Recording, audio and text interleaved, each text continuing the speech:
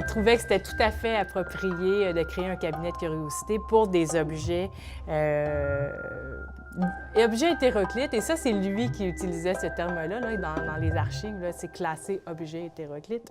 Un à un, ces objets-là n'ont pas une grande pertinence esthétique, je peux dire, mais de les rassembler dans un élément comme ça leur donne une prestance qui est tout à fait cohérente là, dans ce cas-ci.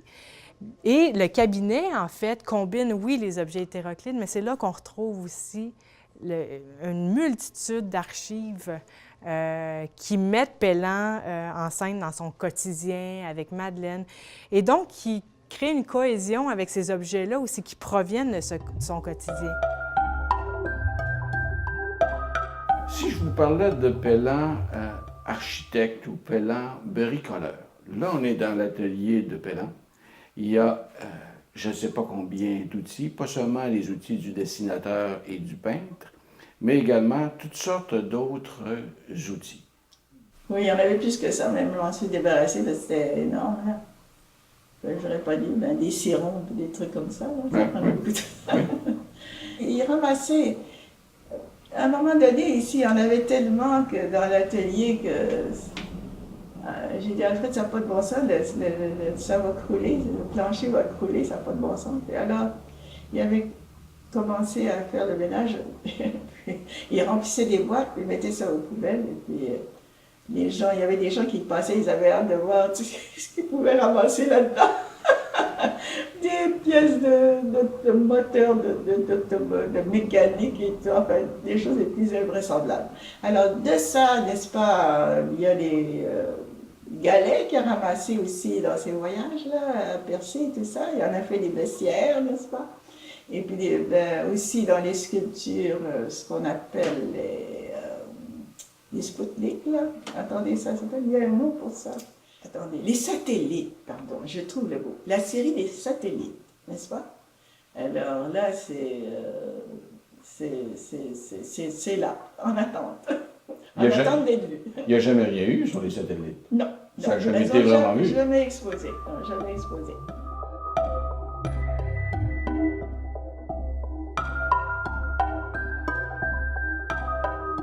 Vous voyez ici, il y a des éléments qui sont suspendus, mais ça, ce sont la série des satellites que Pelland a réalisés à partir d'objets du quotidien qui assemblaient. Dans l'atelier, ils étaient suspendus, donc on recrée encore là un peu l'esprit en cohésion avec la maison atelier de l'artiste.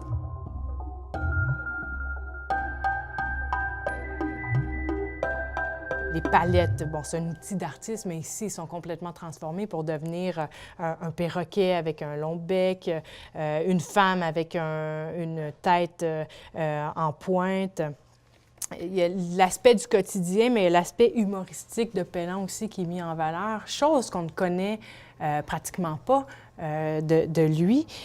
Mais quand on regarde le fond d'atelier, on se rend compte que c'était un être qui était tout à fait loufoque et qui l'aimait rire.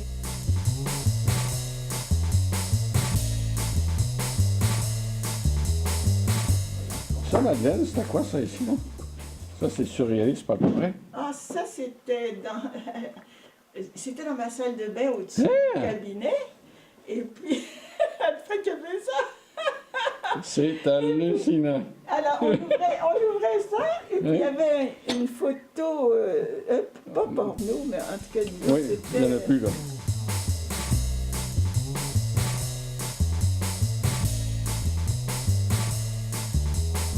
Ça, il aimait ça, c'était une détente pour lui.